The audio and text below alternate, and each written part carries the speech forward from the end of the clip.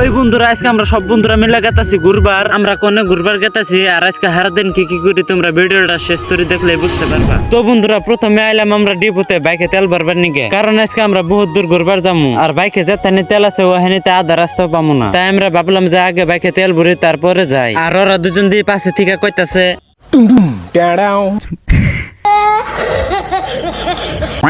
তো গাইস বাইকে তেল ঠেল ভরার পরে আমরা মেলা দিলাম ঘুরবার যাবার নিগে। আর এনে দিয়ে সুন্দর সুন্দর শরীরে স্কুলে গেতাছে। আর হেটার দেখে ওরা তিনজন দিয়ে কইতাছে যে আমরা আগে দেখছি ওই তিনটা আঙ্গু। আর এটা কয়ে পুরা সিল করার ধরছে মন ওর বাপের সম্পত্তি ওর বাপে বানাইছে।